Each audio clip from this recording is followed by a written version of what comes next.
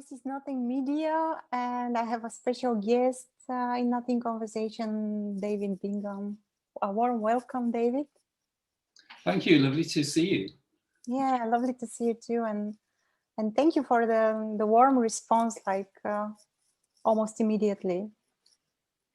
No, that's good. I'm not familiar with your channel, or I wasn't until this week. So it's been really nice to have a look. And yeah, you're doing some wonderful work. Yeah, like I mentioned just a few minutes ago, that I'm just a small part of it, and it's a place where people can join, can relate. Yes. To this subject. So basically, the channel Nothing Media brought us together like this today. So it was by accident. I was holding an event evening with Oscar Wieman. Yes. And he mentioned about you. Someone asked him, someone asked him about his path or what he has done, or some details, and he mentioned actually Jim Newman, and afterwards a dialogue which you both make. So I don't know how to start. I don't know. Maybe something about the story of David first, and then we will go back to what happened with Oscar and with this dialogue. Okay. If you don't mind, of course. No. Maybe you can share something about. No, I don't know. The path and experience. Well, when I was a little boy, I distinctly remember just being this wide open space within which everything is appearing. And it was just really blissful. And that was probably, I can't remember the exact dates, but that was probably up to the age of maybe 2 or 3. And then from the years between then and when I started school, I remember after lunch every day, I'd go and lie down because I could return to this field of, it was just an infinite ocean of bliss. And so that was something that just kept the early part of my childhood really stable, and it just seemed really normal. And, you know, my mum used to say, "Oh, you're just going to have a nap, are you?" And I said, "Yeah." But I didn't have a name for it then. But that experience actually ceased when I started school because I couldn't have a nap then. I couldn't go and lie down. But I had a few more experiences around about the age of 11. And it was always on a Sunday evening, and it may be because I was most rested then. And there would be experiences of settling down, and then consciousness, being aware of consciousness way beyond the boundaries of the body. And then I studied as an artist, and started to have recurring experiences of expansion and loss of identification with the subject-object mode of experience around about the age of 20. I then started meditation, and when I was 24, for the first time, I think this was in June, I think it was June 79. I was lying down following meditation, and I returned to the ocean of bliss, and it's been available ever since. So that's really the personal story. But I think what happened is, because in the first 5 years of my life I had daily access to my infinite nature, or just the infinite being, the subject-object mode, which is installed, you know, through language mainly, it didn't really get fully installed. And also, I think my childhood, actually, from the age of 5 to probably till 20, but quite a few years, I was quite rebellious because I knew there was something not right. You know, there was the human experience wasn't something. It was like a burden that I really didn't wish to take part in. So that's really the basis of things for me. But then, fortunately, because our infinite nature is also infinitely intelligent, it brought things to me in the same way as you and I have met today. You know, everything really amazing and every really wonderful opportunity just comes from nowhere, that there isn't any doing. And so I guess surrender to me has been the most important element, you know, from just seeing very clearly that the mind is a program and individuality is a mind program. It's basically a mode of experience that's available to humans. But unfortunately, the majority of humans seem to be locked in that mode. They don't seem to know anything other than the subject-object mode of experience, when actually prior to birth, but certainly from the moment of birth, we've been fully aware that everything is arising equally in consciousness. There isn't anything there isn't anything that is more us or less us. Everything is equally arising. So that unified consciousness is here every moment for everyone. It's just that there's this secondary mode of experience, the subject-object mode, which we were conditioned into, you know, by our parents referring to us by name, the use of language, the education system, and everything which locks us into identification with a personal story. Yeah.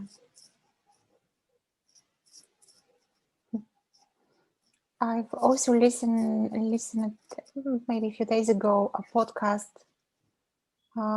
where you mention about something and it resonates deeply. Effortless being. Yes.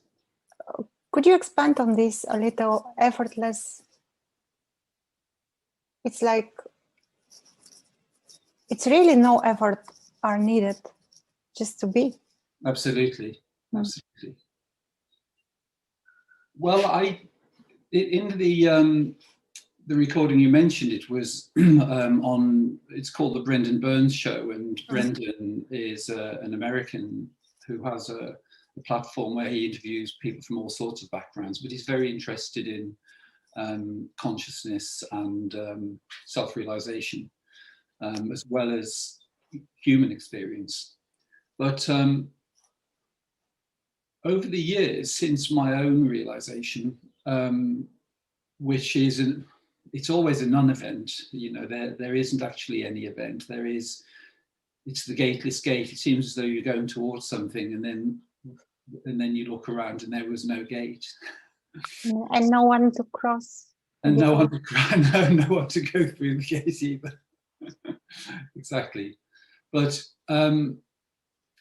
effortless being is, I found it to be a very effective term when I'm speaking to people, because I don't do anything to try to initiate anything with anyone. I only respond to people who contact me. But of those that I speak to, certainly it's kind of refined over the past 14 years, but certainly over the past maybe 8 years, effortless being is a term that is really useful because it enables one to see that effortlessness is the basis of our functioning, and that everything that's to do with the mind and the emotions is to do with effort. So being able to see that contrast enables us just to recognize our true effortless nature, because all thoughts arise effortlessly, all emotions arise effortlessly, all sensations and perceptions arise effortlessly. And then we also, as human, in the human realm of experience, we can engage the mind. And when we do that consciously, we can use the mind as a useful instrument.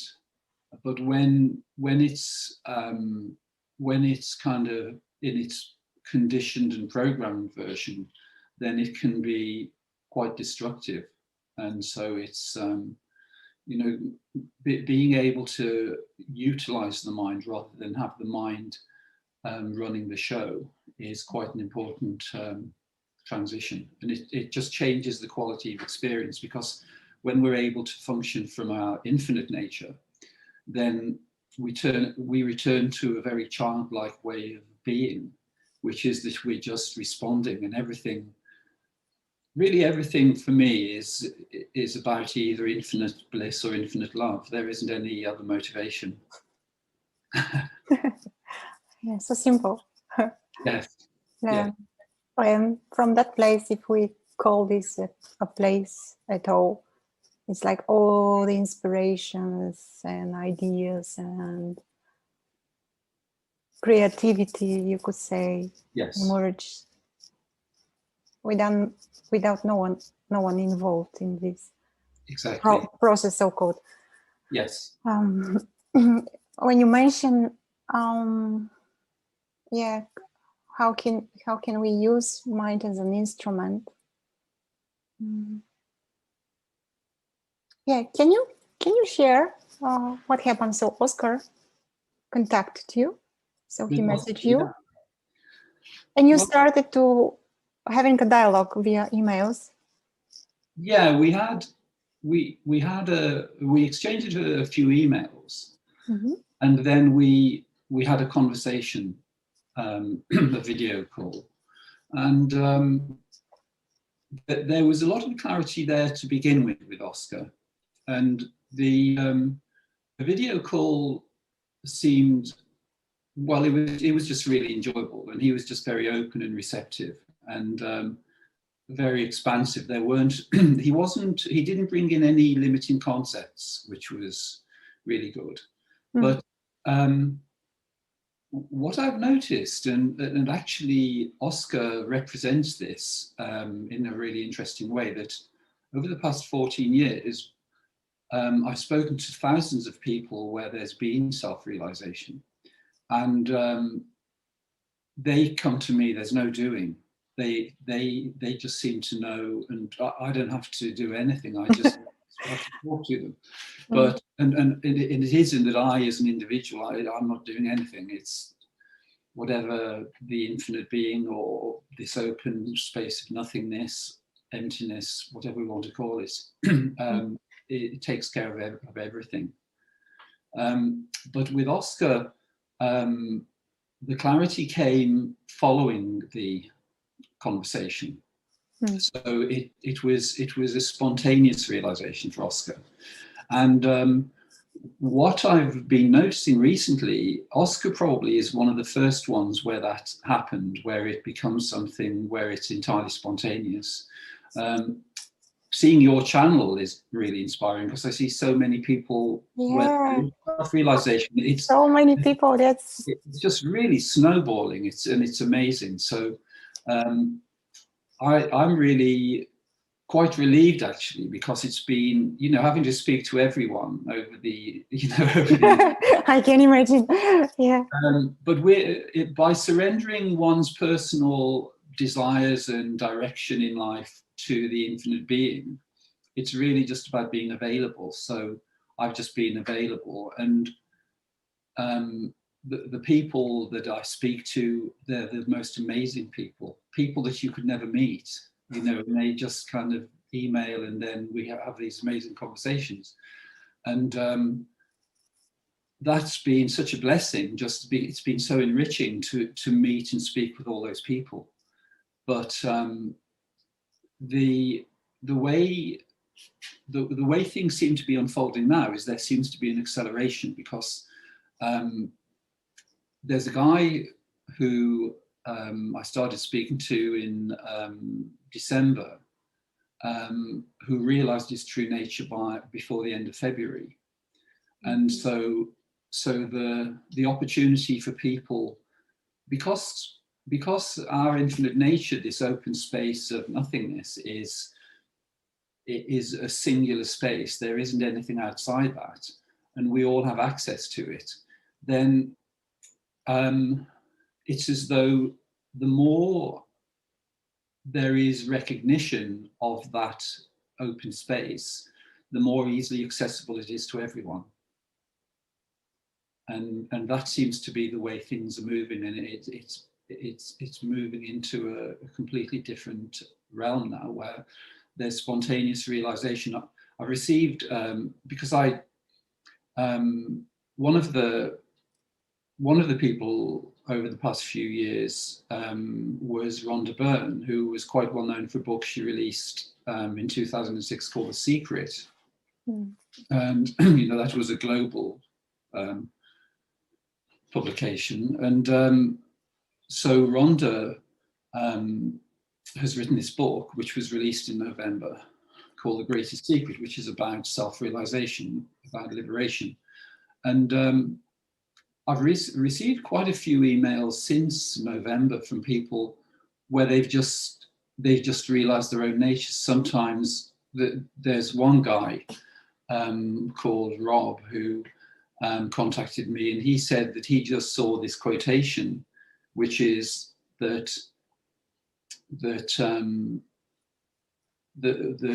experience we're having is of the infinite being having a human experience. And he said just that one thing triggered it. He said everything just fell away as a result of reading that one line. And so effortless being is really seems to be going into overdrive, because it's yeah. The way it's manifesting opportunities for liberation is on a grand scale now. So it's a really amazing time, and yeah, it's quite amazing, really. When I speak with different people from different backgrounds, and you see that there is no one thing that you could say, yes, this is because he or she made this and that. No, there is no receipt at all. So no. you cannot say, because you have meditated 10 years and now on the first part of the 11th year, now you have this spontaneous not happening, or read this book and yes, here you go. Yeah, it's working in a miraculous way. it is. It's beyond anything we can comprehend. Absolutely, yeah. But the only thing I would say is that it's unique for everyone. As every human form is unique and every personality is unique, so also the way infinity reveals itself is also unique to everyone. And so yeah, there isn't a little recipe or a little guide that we can read. Or a pill.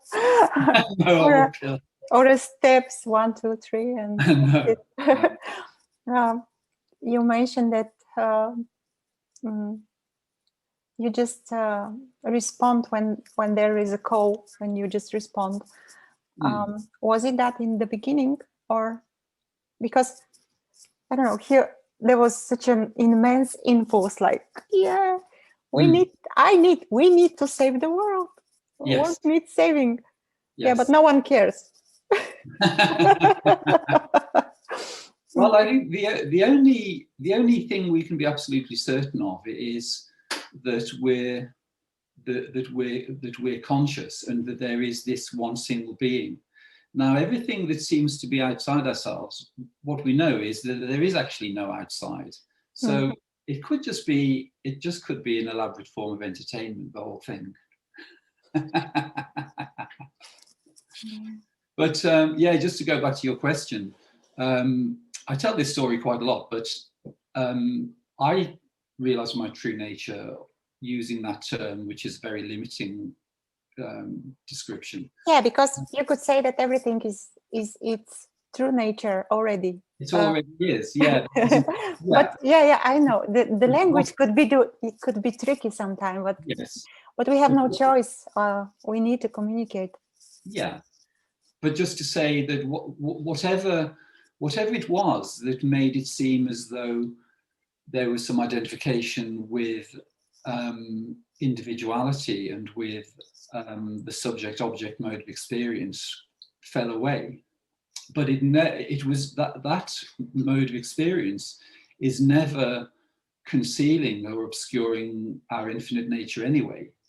But that's the paradox, really.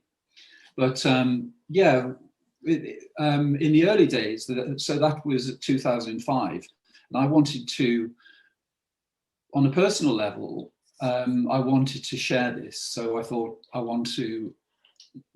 made a list of family and friends I thought would be receptive. Oh. So it was while listening to an interview with an American teacher called John Wheeler.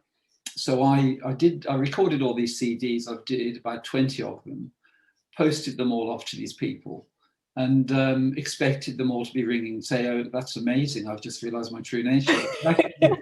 Nothing happened. There wasn't a single reply. Not a single one. Not a single one. But there was one guy, and the next time I saw him, he said, "What did you send me that for?" Yeah.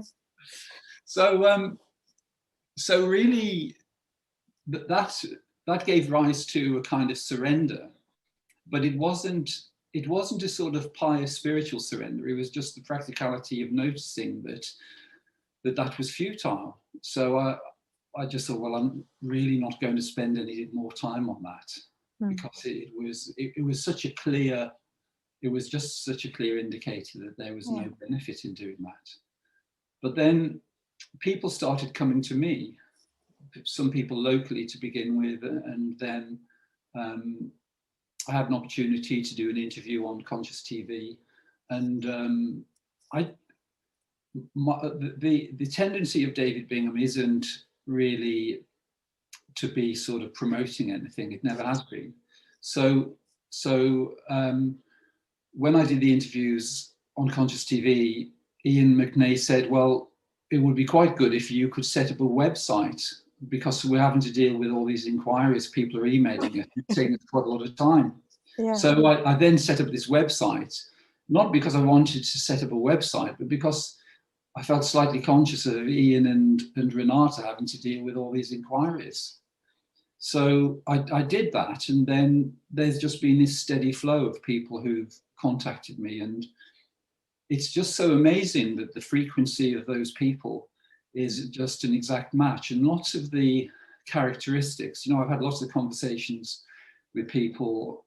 I had a conversation with an Australian lady recently, and her experience, her childhood experience, was very similar to my own, and her conclusion about on the nature of human life, and so there are people I've spoken with who are a kind of totally clear reflection of one's own understanding of the way life is and the way it's appeared and the conclusions we've drawn.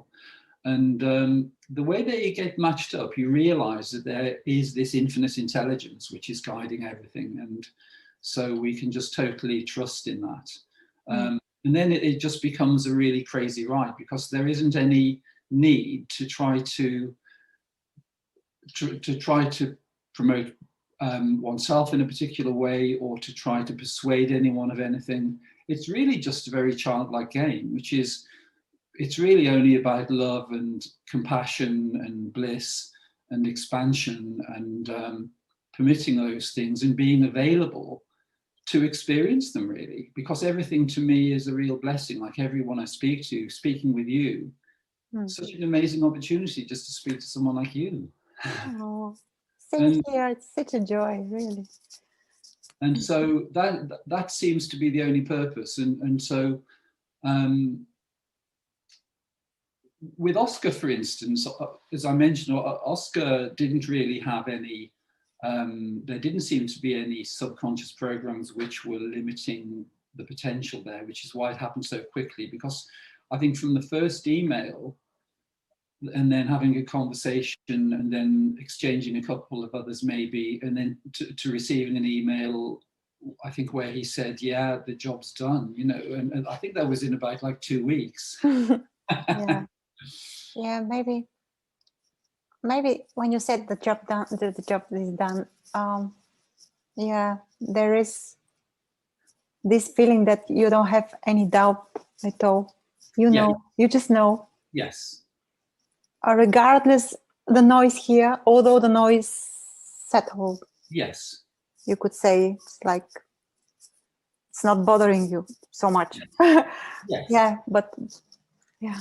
And well, the thing you just explained, I really like, because many people have been involved in different forms of spiritual practice, and it's to do with releasing emotional tendencies and various patterns or concepts of limitation. But what seems to be happening now is that it's possible just to disregard them rather than to have to deal with them. Yeah. And because everything that's to do with individual limitation isn't anything to do with us anyway. So why do we want to be messing with that sort of stuff? Yeah, it's a constant. How to put in words, like, I don't know, constant work with dealing with emotions, traumas. Nothing wrong with that at all, but yeah, it's like, it doesn't really take you anywhere. It's like sitting at the end of a conveyor belt. And you have these emotional disturbances coming along, and then you have to release them and let go of them and integrate and them. release again. Yeah. But as you look up the conveyor belt, you can see that it goes on to infinity. That you never actually get to the end of it. Yeah. But it's been. What I sense is that there, certainly over the past maybe year or so, there seems to have been a sort of quickening in the way this is happening, and more people, it's available to more and more. And because for quite a few years there were certain, well, there are three main elements which I was kind of dealing with in conversations I was having with people. The main one is where people think that self-realization is an experience. And because if people have been meditating or they've been doing some sort of spiritual practice and they've had subtle experiences, they draw the conclusion that those experiences are actually a glimpse of realization, when really they're just forms or experiences arising within what we truly are, within the open, empty space. So that's probably the biggest one. So having to get people past that is probably I've done more of that than anything, I think. But then there are a couple of others, and it's really to do with equality, because to accept our infinite nature, there has to be an acceptance that all life is equal, that there's no hierarchy in realization, because it's a singular field, and that's the only thing that exists, really. So there could be people who come in and say, well, I'd really like this, but there's no way I could ever become realized, and so it's feelings of limitation, the idea that, oh, that can happen to somebody else, but it could never happen to me. And that's another really common one. And then the third one is, especially, this applies to people, especially if they've been involved in a spiritual practice or they've dedicated their life to a particular guru or teacher, where everything comes back to the reference to that guru or teacher. Well, my guru said that this is how it is, and my guru said that this. And until we can get to that level of equality where we accept that we're the sovereign being, never mind the teacher or the guru, then it isn't going to happen. So getting people past that was, that was another thing that. Yeah, I also noticed this, I don't know, tendency, or here there was a tendency, even though I was following maybe for a short period of time, but there was this sticking to the ideas, and in my heart always there will be a place, and there is an immense love, of course. Yes. But I can see now that the intellect can very easy make a concept and belief, another belief. Yes. Yeah, another belief, like I'm feeling good when I'm listening to satsang, or when I'm chanting, or when I'm, I don't know. Yeah. And also that some of the deeper patterns we have are to do with a sort of parent-child relationship. So quite often we substitute the guru for one of our parents. And so the idea of having someone we can always look to is very comforting on a human level. But it's always necessary to go beyond that, because our true infinite nature is, it's a field of infinite possibilities. And so anything that we're putting between our experience and the infinite potential that's available is in some way going to limit that. So just by, you know, the idea of surrender is, it's something that is conceptual, because you can't really surrender, because there isn't anyone to surrender. Yeah, and all this trying to surrender, all these spiritual advices or of surrender, and you try hard.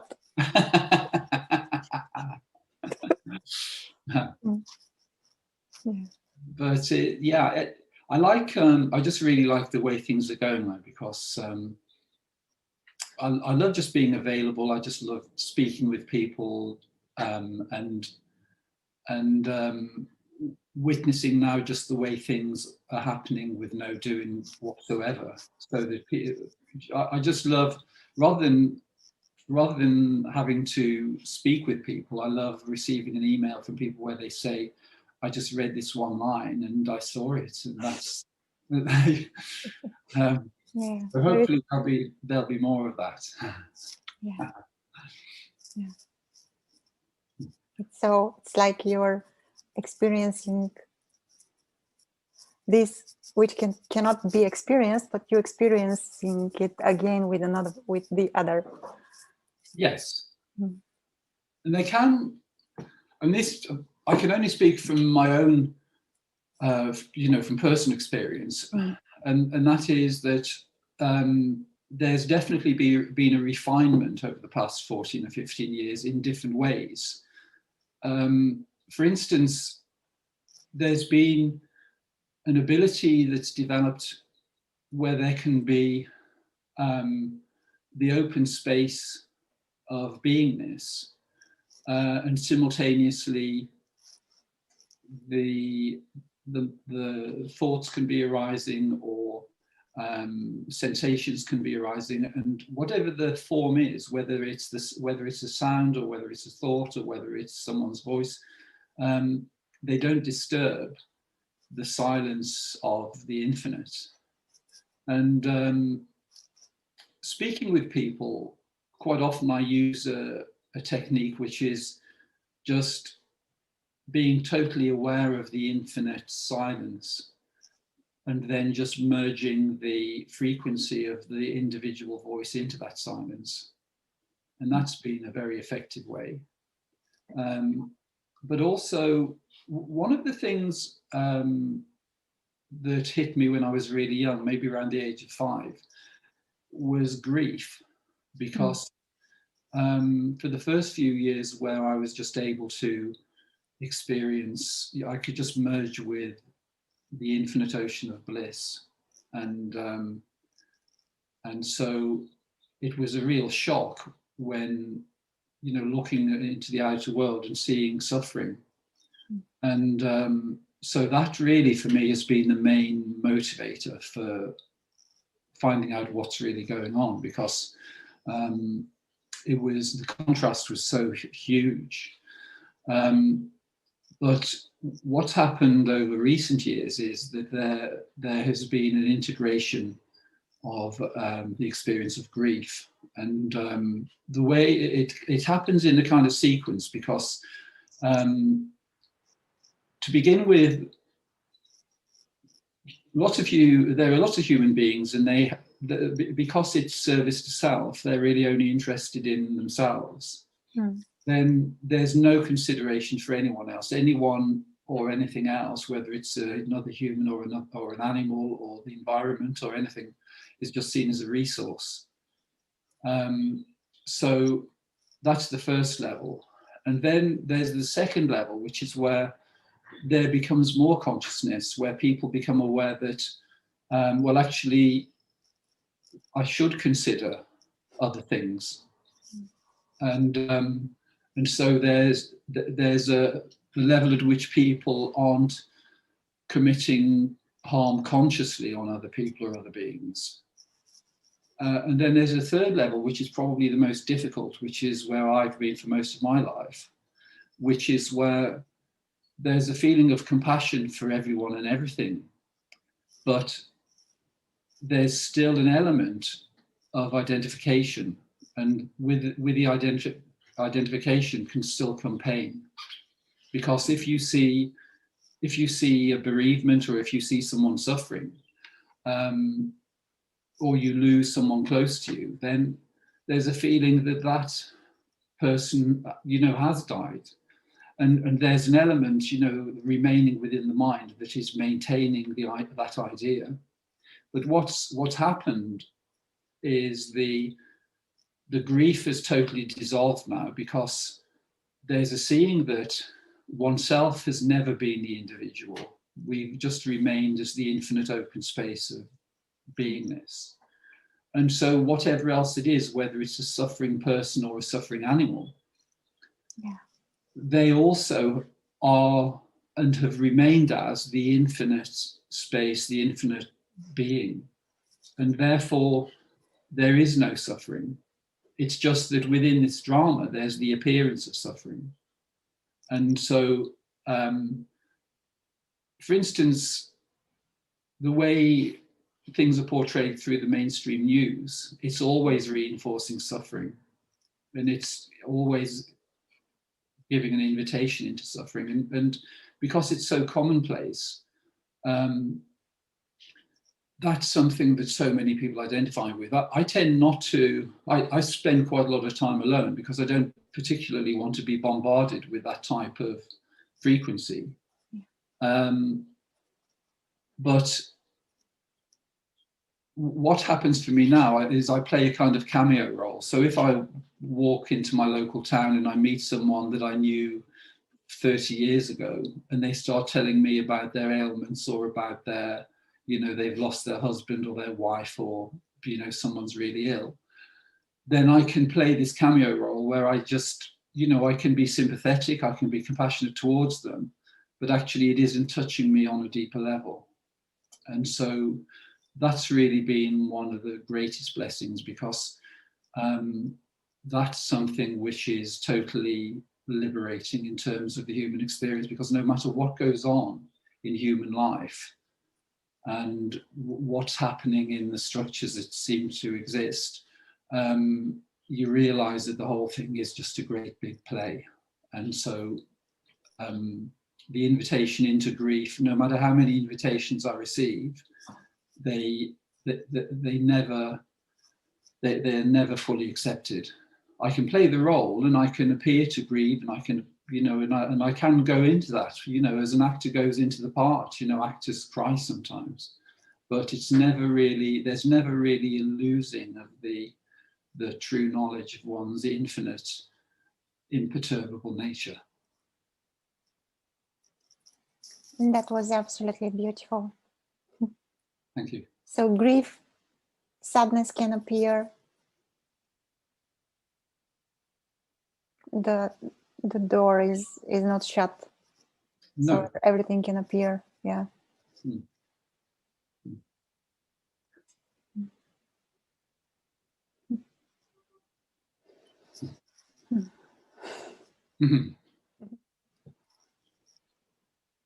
But I just love it.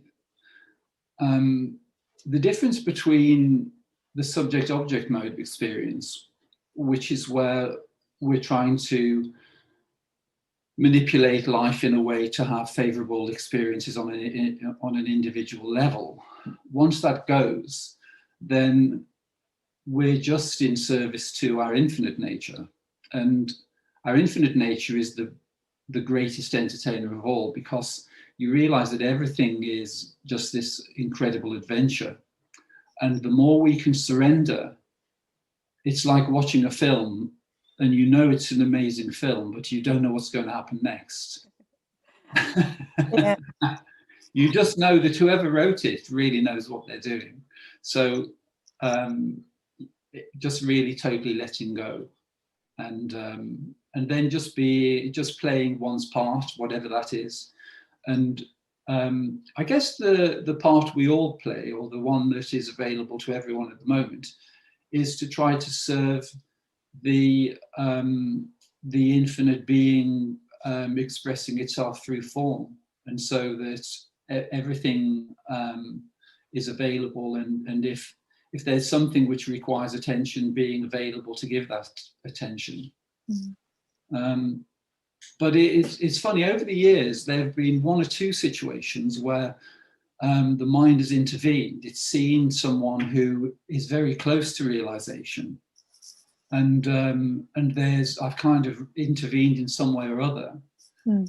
But whenever there's an intervention using the mind, there's also some sort of friction which follows. Because the mind didn't really know whether it was appropriate or not. So even though there have been situations where there has been realization, but it hasn't been smooth. It's resulted in some sort of discord, or something along those lines. So I don't do that anymore. Yeah.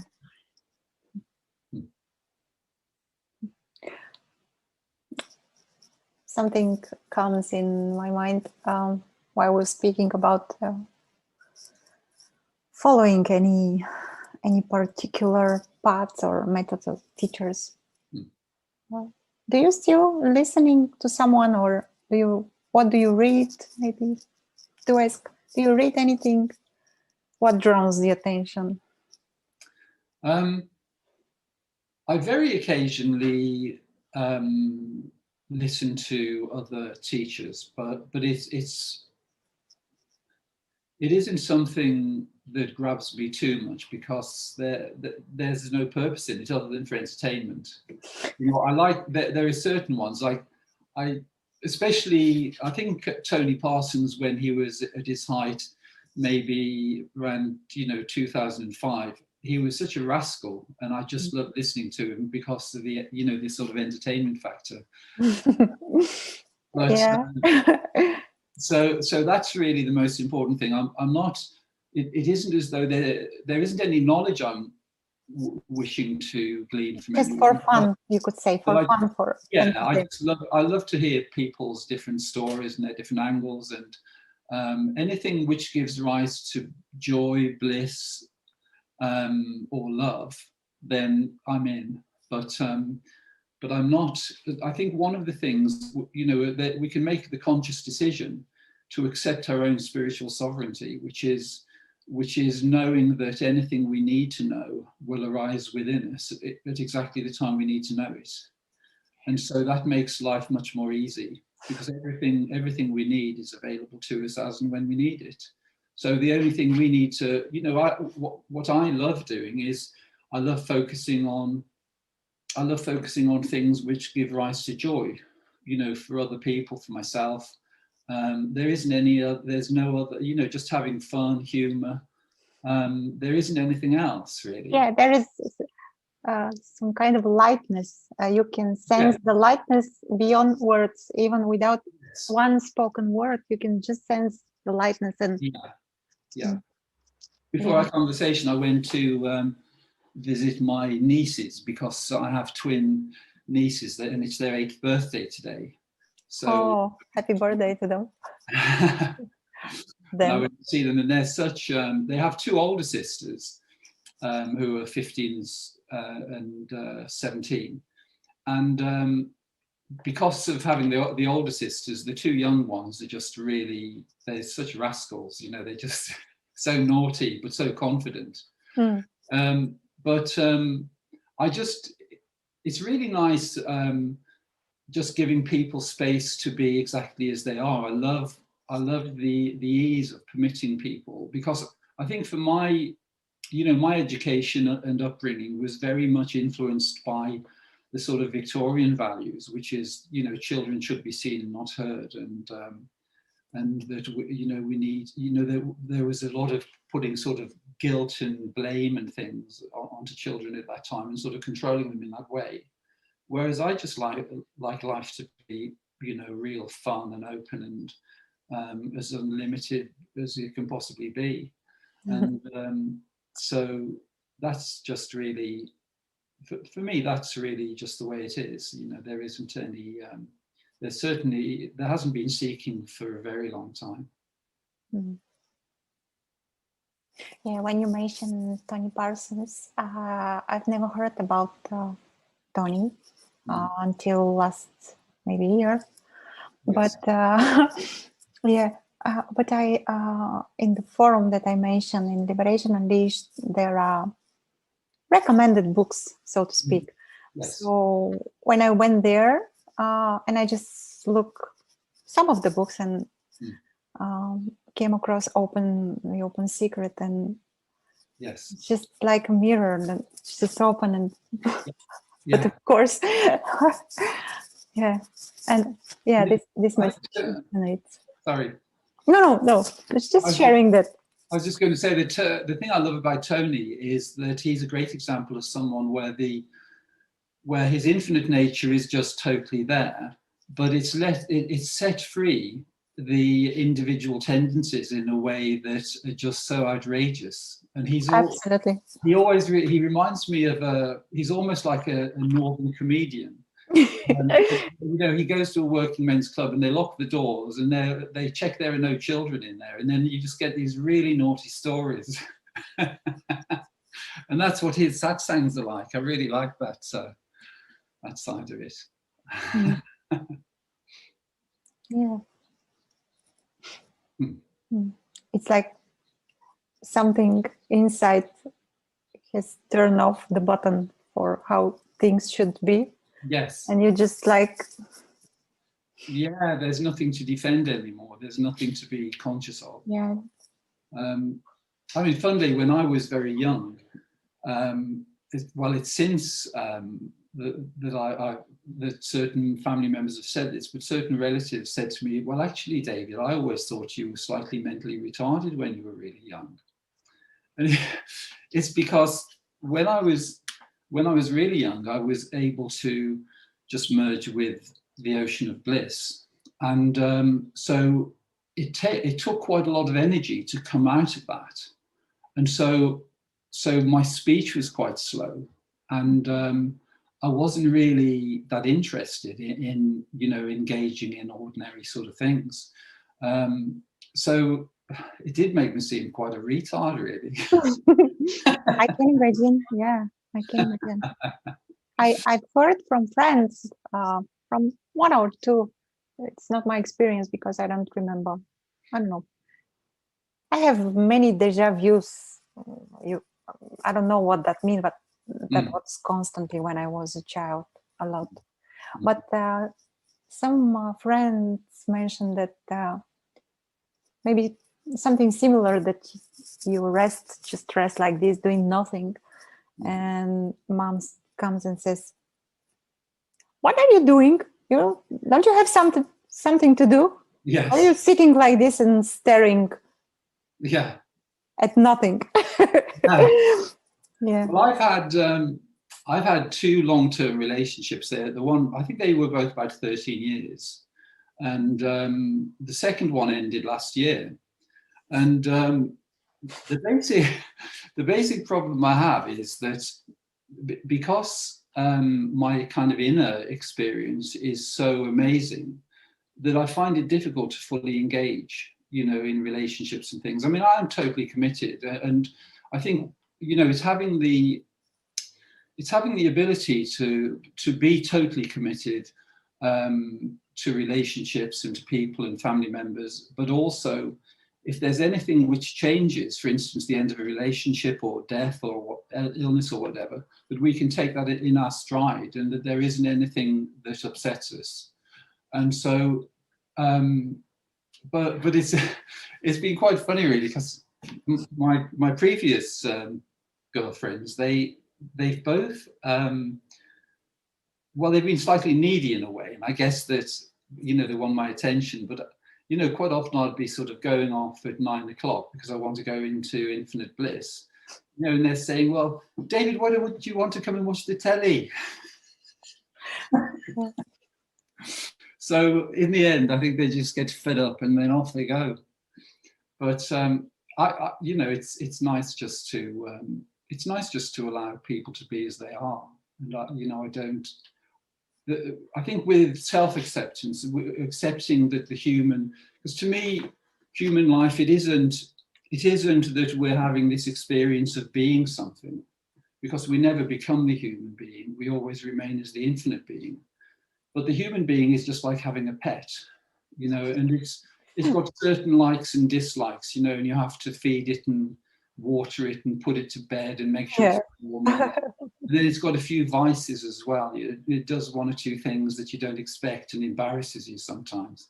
And but the nice thing about letting go of identification with individuality is that you can just let it be what it is. You don't need to feel that you have to fix it or that there's anything that needs to be done. Yeah, that's lovely. Yeah. Can I ask you, would you like to say something to those who still seek? Something like a message or an invitation, or I don't know, something that I think it's going to be a beautiful end. Well, for those who are still seeking something. Yes. Well, what I'd like to do, if we could, which may take 4 or 5 minutes, is just to go through the simple sequence that I use for those who are still seeking. And if you could be a volunteer, then that would be sure. I would love to. So you're someone who absolutely doesn't need this in the slightest, but it's enjoyable. Yeah, yeah, it's enjoyable always. So really, so anyone watching, if they would just like to do this just to do this little thing with us in parallel. So could you just let me know if there are any thoughts arising at the moment? Just any thoughts arising effortlessly? It's difficult. Yeah, I'm thinking what would be the next words that you say. Exactly in this moment is this. Yes, brilliant. Well, as there's total clarity, it's more difficult for someone like you because there isn't a constant thought stream, probably. Yes, it's something like drop them here. Yes. It's not always like this, but during the conversation is. Yes. So we could say that there's effortless awareness of thoughts arising, or there could be effortless awareness of a still mind.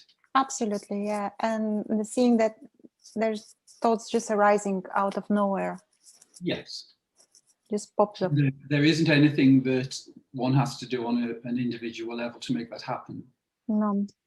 So regarding feelings in the body or emotions, are there any feelings or emotions which are just arising at the moment? Anything arising effortlessly? Yeah, there's certain warmness, the body gets warm. Great, okay. So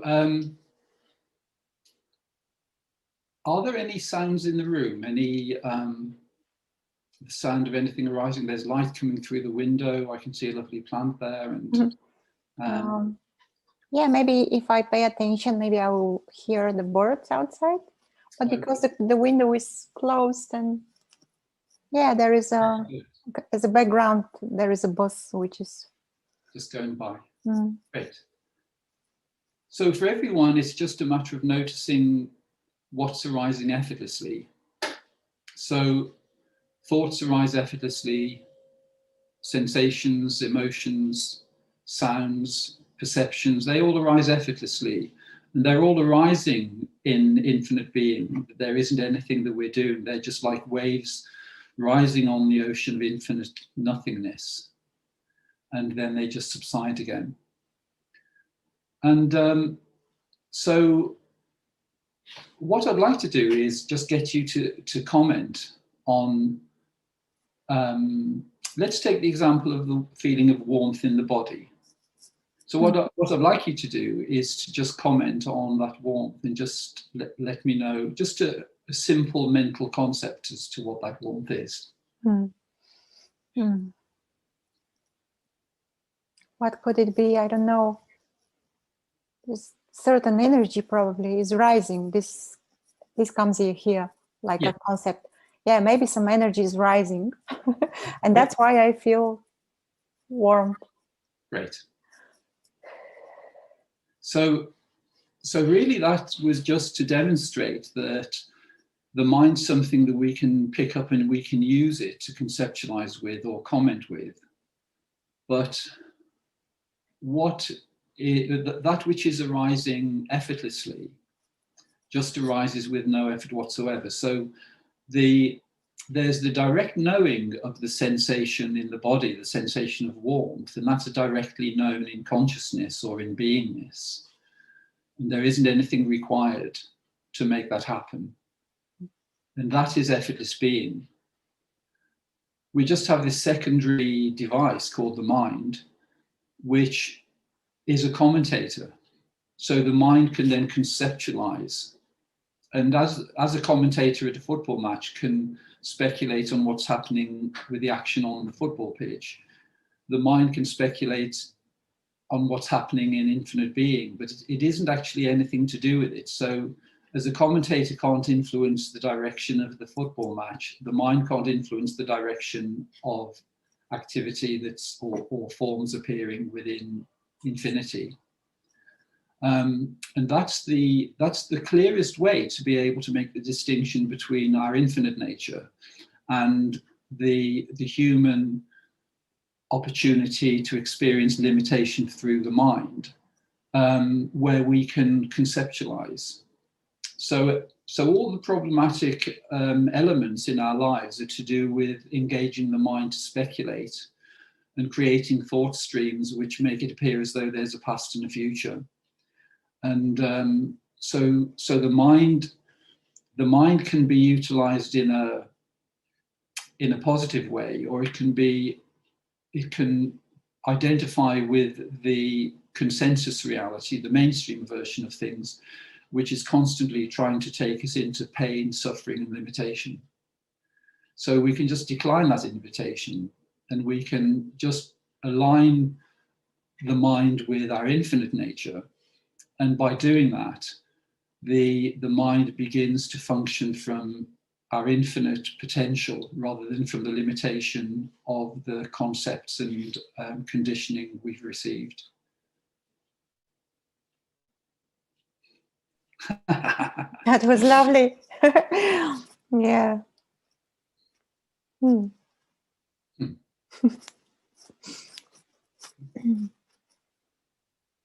Sometimes I feel a little bit silly,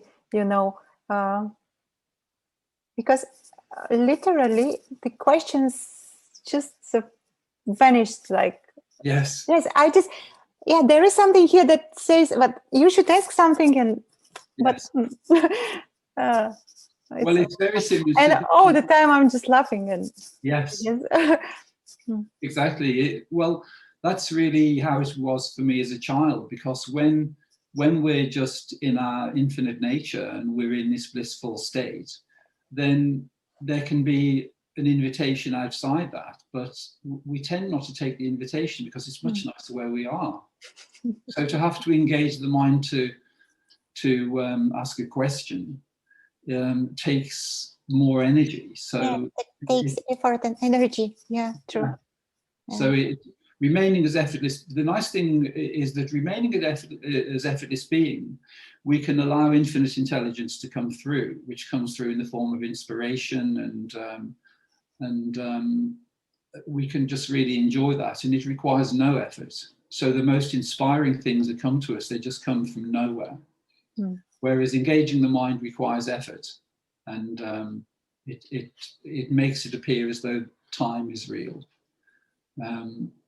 Whereas No time. No more time.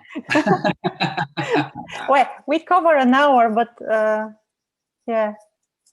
Well, that's probably quite a good place to finish. Oh, David, thank you so much. It's been lovely meeting you. And yeah, same here. And maybe we should do this again. And just this is coming now. This thought. Oh, you should do this again. But people just need to see your face, and I think you're going to be able to trigger realization. Oh, you're so people. kind. By just looking in your eyes and seeing your smile, I think that they'll know exactly what it is then. I don't know what to say. Maybe I will just stop the recordings now. But